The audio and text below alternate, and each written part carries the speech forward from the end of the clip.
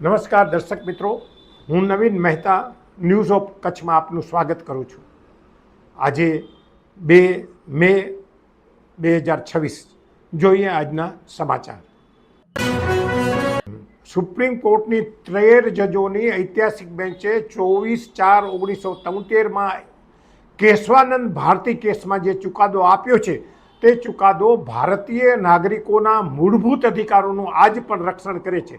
શું છે કેશવાનંદ ભારતી કેસનો ચુકાદો? કચ્છના પ્રખ્યાત એડવોકેટ દેવાયત બારોટે ચર્ચા કરી। સાંસદના કાયદા બનાવે પણ સંવિધાનના મૂળભૂત હક ક્યાંય ડેમેજ ન થાય તે માટે 24/4/1973ના સુપ્રીમ કોર્ટે કેશવાનંદ ભારતી વિરુદ્ધ કેરળ રાજ્ય કેસમાં ચુકાદો આપ્યો। આ ચુકાદો બંધારણીય ઇતિહાસનો સૌથી મહત્વપૂર્ણ ચુકાદો માનવામાં આવે છે। આ ચુકાદાએ ભારતના નાગરિકોના મૂળભૂત હકો અધિકારોનું રક્ષણ કર્યું છે। સમગ્ર બાબતે ભુજના પ્રખ્યાત એડવોકેટ દેવાયત બારોટ સાથે ન્યૂઝ ઓફ કચ્છના નવીન મહેતાએ ખાસ વાતચીત કરી। સાહેબ, તારીખ 24/4/1973ના દિવસે આ કેશવાનંદ ભારતીના કેસનો લાર્જર બેન્ચનો આ ચુકાદો આવેલો છે અને આ ચુકાદાથી જ બંધારણની જે મૂળ વિભાવના છે એને રક્ષણ મળી રહ્યું છે। ભારતમાં બંધારણ સર્વોચ્ચ છે। બંધારણથી ઉપર નથી જ્યુડિશરી, નથી સંસદ કે નથી પ્રેસ। બંધારણની સાર્વભૌમિકતા અને બંધારણની સર્વોચ્ચતાને સ્થાપિત કરતો આ ચુકાદો છે અને આ ચુકાદાના કારણે જ સંસદની જે અમર્યાદિત સત્તાઓ છે, જે મનસ્વી સત્તાઓ છે, એને આ ચુકાદાથી કંટ્રોલ કરી શકાય છે। આ કેશવાનંદ ભારતીનો ચુકાદામાં આ કેશવાનંદ ભારતીનો કેસ શું હતો એના ઉપર જણાવું તો 1973માં કેરળ રાજ્યમાં એક જમીન સુધારણા કાયદો પસાર કરવામાં આવ્યો। આ કાયદો પસાર થયો એના કારણે કેશવાનંદ ભારતી જે હતા એ અદનીર મઠના શંકરાચાર્ય હતા અને આ મઠની જે સંપત્તિઓ હતી, સ્થાવર મિલકતો હતી, એ આ જમીન સુધારણા કાયદાના ઓઠા હેઠળ કેરળ સરકારે એની આ તમામ મિલકતો, આ હિન્દુ મઠની મિલકતો સરકારે છીનવી લીધી, જેના કારણે કેશવાનંદ ભારતી જે છે એમણે આ કાયદાને બંધારણના અનુચ્છેદ 24, 25, 26 અને 31 હેઠળ સુપ્રીમ કોર્ટમાં પડકાર્યો અને આ જે બંધારણના આર્ટિકલ છે એના હેઠળ પડકાર્યો। એના માટે એક બંધારણીય બેન્ચ ગઠિત કરવામાં આવી અને એમાં 13 જજોની એક લાર્જર બેન્ચ બનાવવામાં આવી। આશ્ચર્યની વાત એ છે કે તે સમયે સુપ્રીમ કોર્ટમાં કુલ જજોની સંખ્યા જ 13 હતી, એટલે કે જેટલા જજો સુપ્રીમ કોર્ટમાં કાર્યરત હતા એ તમામ જજોની એક બેન્ચ ગઠિત કરવામાં આવી અને 68 દિવસ સુધી કોન્સ્ટન્ટ આ કેશવાનંદ ભારતીના કેસની સુનાવણી ચાલી। તે વખતે સુપ્રીમ કોર્ટના ચીફ જસ્ટિસ હતા AN સિકરી સાહેબ। એમના વડપણ હેઠળની આ બેન્ચે 68 દિવસની લાંબી સુનાવણી બાદ 7 વિરુદ્ધ 6 થી બહુમતીથી આ ચુકાદો એમણે આપ્યો। આ ચુકાદામાં નામદાર સર્વોચ્ચ અદાલત એટલે કે સુપ્રીમ કોર્ટે સ્વીકાર્યું કે બંધારણના અનુચ્છેદ 368 મુજબ સંસદને બંધારણમાં સુધારો કરવાની સત્તા છે, પરંતુ સંસદ જે છે એ બંધારણના મૂળભૂત માળખાને નષ્ટ કરે કે બંધારણના પાયાના સિદ્ધાંતોને નુકસાન પહોંચાડે તેવો કોઈ સુધારો કરે તો ન્યાયતંત્ર તેના સુધારાને રદ કરી શકે છે। એ આ કેશવાનંદ ભારતીના ચુકાદાનો હાડ છે। હવે આ જે ચુકાદો આવ્યો એમાં નામદાર સર્વોચ્ચ અદાલતે કીધું કે બંધારણના મૂળભૂત ઢાંચામાં ફેરફાર કરવાની કોઈ સત્તા સંસદ પાસે નથી। સંસદ જે છે એ બંધારણમાં સુધારો કરી શકે પણ બંધારણ નવેસરથી લખવાની સત્તા સંસદ પાસે નથી। બંધારણ લખવાની સત્તા સંવિધાન સભા પાસે હતી અને સંસદ જે છે એ સંવિધાન સભા નથી। એટલે બંધારણના જે મૂળભૂત હક્કો જે આપવામાં આવ્યા છે એમાં જે છે એ સંસદને એ મૂળભૂત ઢાંચાને અસર કરે, મૂળભૂત ઢાંચાને નષ્ટ કરે એવો જો કોઈ પણ સુધારો કરવામાં આવે તો એનો જ્યુડિશિયલ રિવ્યુ થશે અને સુપ્રીમ કોર્ટ જે છે એ આવા સુધારાને રદ કરી શકે છે. જે તે વખતે ઇન્દિરા સરકારે કીધું કે આવું ક્યાં લખેલું છે બંધારણમાં, તો કોર્ટે ત્યારે સ્પષ્ટ શબ્દોમાં ટિપ્પણી કરી કે લખેલું નથી પરંતુ એ સમજવાની હકીકત છે એવું કહી અને એમણે કીધું. અને તે વખતે આ ચુકાદામાં મૂળભૂત અધિકારો કયા કયા છે અથવા બંધારણ દ્વારા કયા અધિકારો આપવામાં આવેલા છે એની કોઈ યાદી જાહેર ન કરી. તો સુપ્રીમ કોર્ટે કીધું કે જરૂર પડશે ત્યારે અમે આ કહેશું. પણ તે વખતે સુપ્રીમ કોર્ટે એટલું કીધું કે ધર્મનિરપેક્ષતા, શોષણ વિરુદ્ધનો અધિકાર, લોકશાહી અને જે છે પ્રજાસત્તાક ભારતનો અધિકાર, જીવન જીવવાનો અધિકાર અને બંધારણની સર્વોપરિતા એને બંધારણના મૂળ ઢાંચા પૈકીના એક અધિકારો કહી શકાય.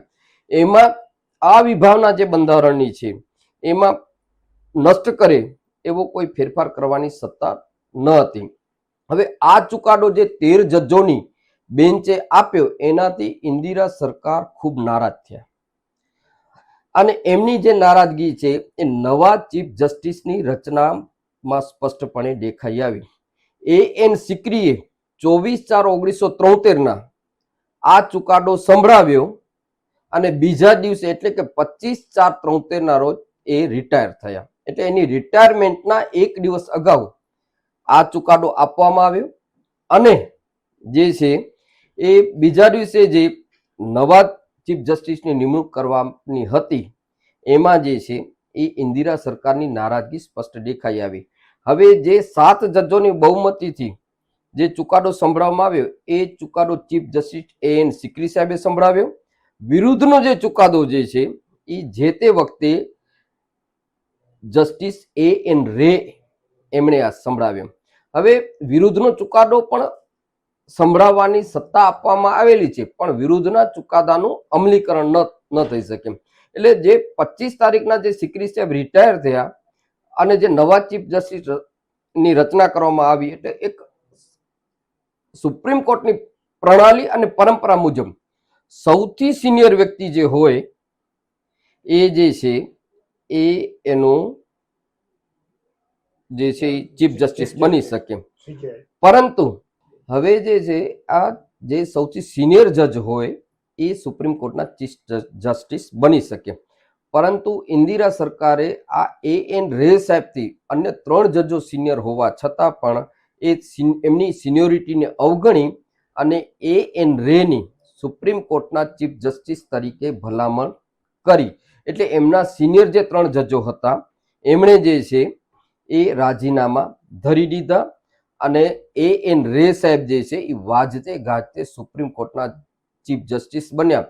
એટલું જ નહીં પરંતુ 4 વર્ષ સુધી એમણે ચીફ જસ્ટિસનું પદભાર સંભાળ્યો જે સિનિયોરિટીમાં નહોતા આવતા છતાં પણ. હવે આ જ ગાળા દરમિયાન એટલે કે 1973 થી 1900 જે છે એ 75 સુધી જે એન રે સાહેબ હતા એ ભારતની સુપ્રીમ કોર્ટના ચીફ જસ્ટિસ રહ્યા. આ કાર્યકાળ દરમિયાન જ ઇન્દિરા સરકાર દ્વારા ઇમરજન્સી એટલે કે કટોકટી લાદવામાં આવી. ત્યારે સુપ્રીમ કોર્ટ જે છે એ લોકોના અધિકારોનું રક્ષણ કરવું જોઈતું હતું. તેના બદલે સુપ્રીમ કોર્ટે જે તે વખતે સરકારની હામાં હા મેળવવાનું વલણ અપનાવ્યું. તેવા જ સંજોગોમાં જે છે એ જબલપુરનો એક કેસ આવ્યો કે બંદી પ્રત્યક્ષીકરણનો એક કેસ જે હતો શિવકરણ શુક્લ વિરુદ્ધ એડીએમ જબલપુર. આ ચુકાદામાં જે છે એ સુપ્રીમ કોર્ટે જનતાના અધિકારોને ખતમ કરી દીધા. જસ્ટિસ એન રે રિટાયર થયા બાદ સિનિયોરિટીની દ્રષ્ટિએ Hansraj Khanna chief justice of ઇન્ડિયાનો પદભાર સંભાળવાના હતા. પરંતુ આ હંસરાજ ખન્ના સાહેબે કેશવાનંદ ભારતીના કેસમાં વિરુદ્ધનો ચુકાદો નહોતો આપ્યો, ફેવર કરી હતી. એટલે એને અવગણી અને જે છે એ હમીદુલ્લા બેગ ને ઇન્દિરા સરકારે ચીફ જસ્ટિસ બનાવ્યા અને તે વખતે હંસરાજ ખન્નાએ જે છે એ રાજીનામું આપી દીધું સુપ્રીમ કોર્ટના જસ્ટિસના પદેથી. એટલે જે કેશવાનંદ ભારતીના કેસમાં અને શિવકરણ શુક્લના કેસમાં સરકારની વિરુદ્ધ ચુકાદો આપેલ હતો, એના કારણે ઇન્દિરા ગાંધી એમને સુપ્રીમ કોર્ટના ચીફ જસ્ટિસ બનવા દીધા નહીં. એના કારણે જે અન્ય સુપ્રીમ કોર્ટમાં કાર્યરત જજો હતા એમાં પણ જે છે એ બહુ નારાજગી થઈ અને ગણગણાટ થયો અને એમાં એક એવી છાપ પ્રસિદ્ધ થઈ કે ચીફ જસ્ટિસ તે જ બનશે જે સરકારની હામાં હા મેળવશે. આ એક ખરાબ પરંપરા જે તે વખતે શરૂ થઈ અને A.N. રે સાહેબ જ્યારે ચીફ જસ્ટિસનો પદભાર સંભાળ્યો ત્યારે એમણે કેશવાનંદ ભારતીના કેસનો રિવ્યુ કરવાનો પ્રયત્ન કર્યો. એના માટે પાછી બેન્ચની ગઠન કરવામાં આવી, પરંતુ તે વખતે સુપ્રીમ કોર્ટના પ્રખ્યાત ચીફ જસ્ટિસ નાની પાલખીવાલા વકીલ ચીફ જસ્ટિસ ને પણ નાની પાલખીવાલા સાહેબે 2 દિવસની દલીલોમાં છક્કા છોડાવી દીધા અને એમણે જે છે એ એવી તર્ક રજૂ કર્યો, એવું પોતાનો લોજિક મૂક્યું કે રિવ્યુ પિટિશન વગર આ ચુકાદા ઉપર રિવ્યુ થઈ જ કેમ શકે અને એમની બૌદ્ધિક દલીલોના આધારે જે આ રિવ્યુ પિટિશન વગર A.N. રે સાહેબ જે હતા એ આ કેશવાનંદ ભારતીનો રિવ્યુ કરવા ઈચ્છતા હતા. એમને બેન્ચનું વિસર્જન કરી નાખવું પડ્યું અને કેશવાનંદ ભારતીનો જે છે એ ચુકાદો એજ ઇટ ઇઝ અમલમાં રહ્યો અને 2 દિવસની અંદર જે છે એ આ બેન્ચનું ગઠન કરવા લાગ્યું અને જે આ બેન્ચના જજો હતા એમાં પણ અરસપરસ ખૂબ જ અસંતોષ રહ્યો અને આ કેશવાનંદ ભારતીના ચુકાદાના કારણે જ જે છે સંસદની અમર્યાદિત સત્તાઓ ઉપર લગામ આવી. બંધારણ દ્વારા જે મૂળભૂત અધિકારો આપવામાં આવેલા છે એના ઉપર પણ જે છે એ બંધારણની સર્વોચ્ચતા નક્કી કરવામાં આવી અને એના કારણે જ જે છે એ સંસદની મનસ્વી સત્તાઓ ઉપર લગામ લગાવવામાં આવી.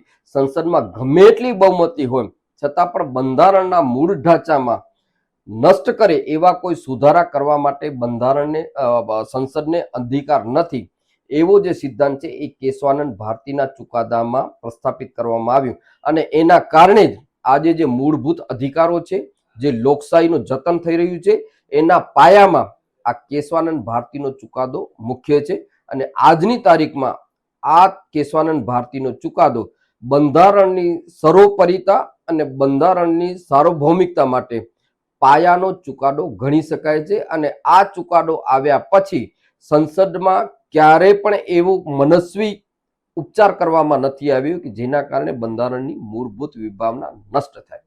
ખાસ કરીને સાહેબ આપણે વાત કરતો નીચેના સ્તરે ગ્રાસરૂટ સ્તરે આ ચુકાદાની શું અસર આવી? સાહેબ, આ ગ્રાસરૂટ લેવલના જે જ્યુડિશિયલ ઓફિસર્સ છે એ જે કારણ કે બંધારણના આર્ટિકલ હેઠળની તમામ સુનાવણીઓ જે હાઈકોર્ટ અને સુપ્રીમ કોર્ટમાં થતી હોય છે એમાં આ બંધારણે એવી છાપ છોડી, આ કેશવાનંદ ભારતીના ચુકાદાએ એવી છાપ છોડી કે ભાઈ જે સરકાર મનસ્વી ઓર્ડિનન્સ પાસ કરે, સરકાર જે છે મનસ્વી સુધારા કરે, સરકાર જે છે બંધારણની મૂળભૂત ભાવનાને જે છે નષ્ટ કરતા કોઈ સુધારા કરે, લોકોના અધિકારો ઝૂંટવી લેવાના પ્રયત્ન કરે, ત્યારે કેશવાનંદ ભારતીના ચુકાદાના આધારે જે હાઈકોર્ટ અને સુપ્રીમ કોર્ટ છે એવા કાયદાઓ ઉપર લગામ લગાવી શકે, આ કાયદાનું અમલીકરણ કરતા રોકી શકે અને આ કાયદા ઉપર સ્ટે પણ આપી શકે છે અને એના કારણે જ જે છે એ સરકાર જે છે એ પોતાના મનસ્વીપણામાં કોઈ પણ જે છે એ કાયદાઓ પસાર કરી શકતી નથી. અને કેશવાનંદજીને ફરી જમીન પાછી મળી ના, કેશવાનંદ ભારતીનો કેસ જે છે એ કેશવાનંદ ભારતી કેસ હારી ગયા પોતે, પરંતુ એમાં જે રેશિયો નક્કી કરવામાં આવ્યો, જે એના ઉપર બંધારણના જે સર્વોપરિતાનો અને સંસદની સત્તા ઉપર લગામ લગવાનો જે રેશિયો નક્કી કરવામાં એ આજે એટલો જ પ્રસ્તુત છે.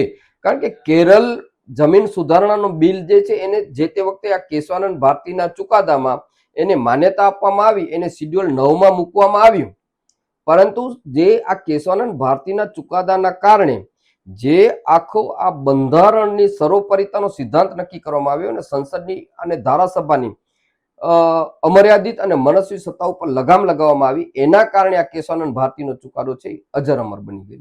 એ રીતે આજે પણ ભારતભરમાં જ્યારે યુવા નાગરિકોના મૂળભૂત અધિકારોની વાત આવે છે ત્યારે કેશવાનંદ ભારતીના 13 જજોની ઐતિહાસિક સુપ્રીમ બેન્ચે આપેલ ચુકાદો નાગરિકોનું રક્ષણ કરે છે.